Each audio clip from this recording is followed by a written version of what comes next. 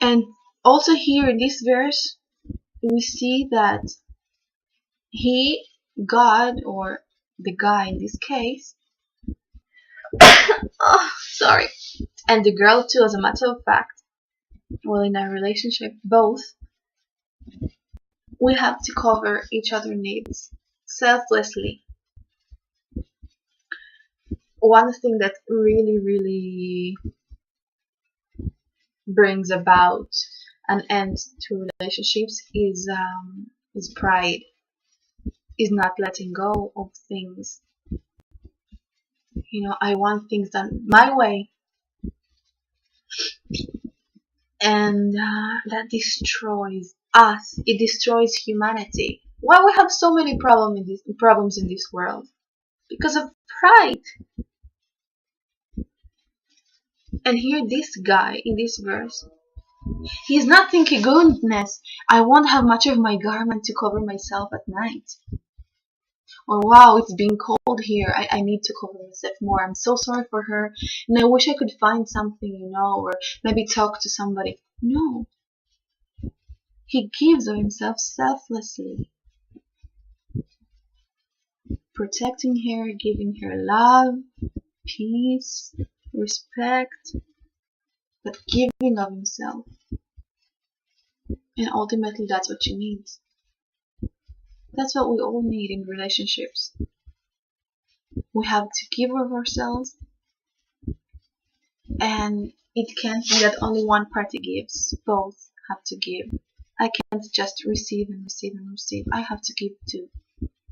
And I can't just give and give and give without seeing nothing on the other party, If the other party is not giving, it's not good. And that's pride, basically, but it translated into many, into many attitudes, many different things, like on the practical basis of not trusting, of not giving, of having doubts, of being afraid of certain things. In a relationship, you must give selflessly. And your giving is what will supply the other person's needs. Because we all need love, we all need respect, we all need to feel appreciated, we all need to feel valued by somebody special. We all need that. And the Bible teaches that. Definitely. And the last thing is that I want to talk about. She was naked and bruised. We're all, in a sense, naked and bruised and hurt and traumatized, and I don't know, we all have problems. We're all hurt. But as I told you last time, that's something that the only thing I remember from my high school graduation speech, there was this woman that came and she gave a very nice speech. I can't remember anything but just one phrase. And it says the following: I've learned that time doesn't heal wounds, love does. And that is so true. Love heals wounds. The only thing that time will do is probably get us less or more, I don't know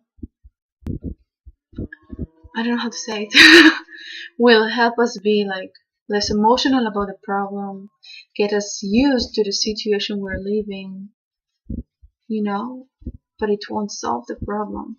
We'll still be hurt. And when something similar happens to us, everything will come out, and then we'll see that we're not healed. The time has passed by, and we try to cover the problem with so many layers of so many things, and we've built walls around our heart, around ourselves, just to prevent more hurt. But in the end, we are hurt. in the end there is a wound that has, to be healed.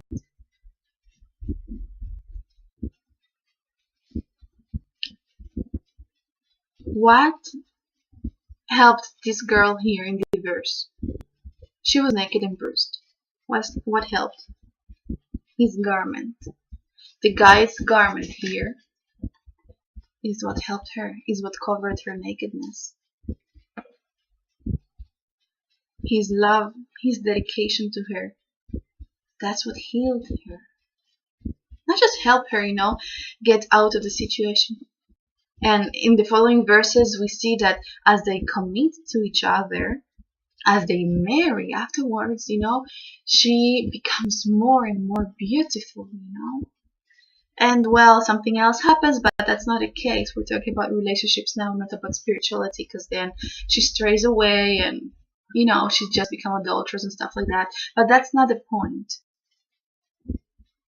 The point is in just one verse how God starts a relationship with Israel and marries her ultimately. Everything in one verse. That's what we're analyzing now. And we see that she was bruised. We see that she was hurt. That she was naked. And he gave love. And he dedicated himself to her. He gave of himself selflessly to her. And that covered her nakedness. That covered her needs. That helped her be more vulnerable, and feel his love more.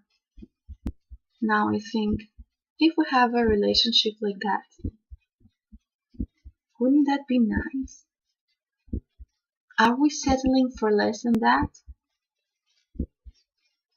Are we just feeling lonely and the first person who passes by and notices us will say, goodness, he's the one, yes, I like him. Are we being desperate for love? Are we being desperate for a relationship? If we are, we're being desperate for somebody to really value us.